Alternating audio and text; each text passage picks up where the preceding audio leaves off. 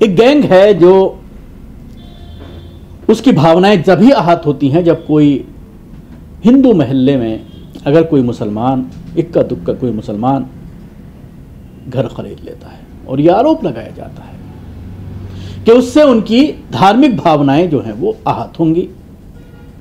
मकान बेचने वाला महीनों से ग्राहक के इंतज़ार में रहता है, जब उसको कोई मुनासिब ग्राहक नहीं मिलता मजबूरन अगर वो किसी मुसलमान उसका ख़रीदार मिल जाता है और उसको बेच देता है तो फिर ये गैंग जो है वो सक्रिय होता है, दरी बिछाई जाती है, घर के सामने टेंट लगाया जाता है और हंगामा शुरू कर दिया जाता है। फिर आती है पुलिस, वो आकर के ताला लगा देती है।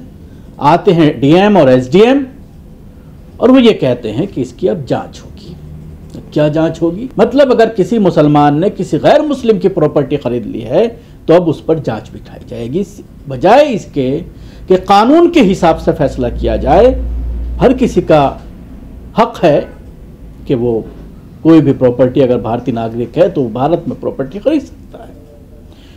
उसके लिए बाकायदा अगर पैसे के लेन देन में कोई कमी पाई जाती है तो उसके लिए बाकायदा इनकम टैक्स डिपार्टमेंट है, वो चेक करेगा कि पैसा कहाँ से आया।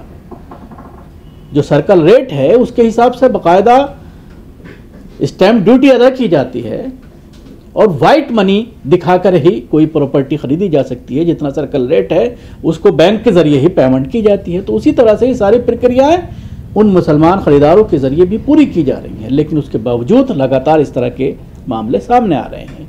मेरठ के बाद अब बुलंदशहर में मुस्लिम परिवार द्वारा हिंदू इलाके में घर खरीदने से इन गुंडों की भावनाएं जो हैं वो आहत हो गई हैं। गुंडे के घर खरीदने वाले मुसलमानों को फंसाने के लिए मंदिर के सामने हड्डी फेंकी और बड़े केस में फंसाने की साजिश रची। वो तो भला हो पुलिस का कि मुसलमान पर लगाए गए आरोप जांच में निराधार निकले, वरना बेचारा घर खरीदने वाला जो है उसके घर पर बिल्डोजर चला दिया जाता।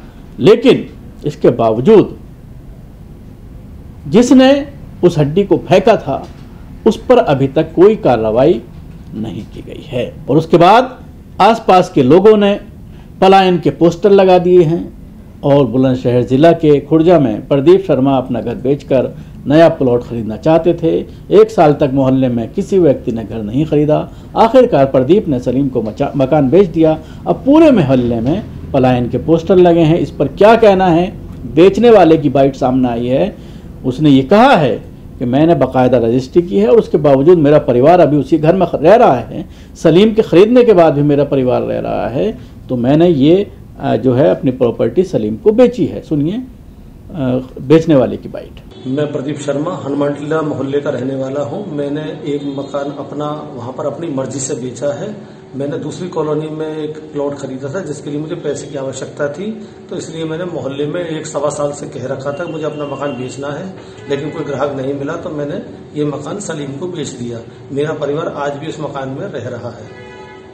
मुझे पैसे की आवश्यकता थी इसलिए मैंने ये मकान बेचा है। सुना आपने जिस तरह से प्रदीप इस पूरे मामले में अपना बयान दे रहा है। वो कह रहा है कि मैंने खुद बेची है और सलीम ने खरीदी है, पैसे दिए हैं, बाकायदा उसकी रजिस्ट्री हुई है, पेमेंट अदा की गई है, तो अब इस पर हंगामा क्यों?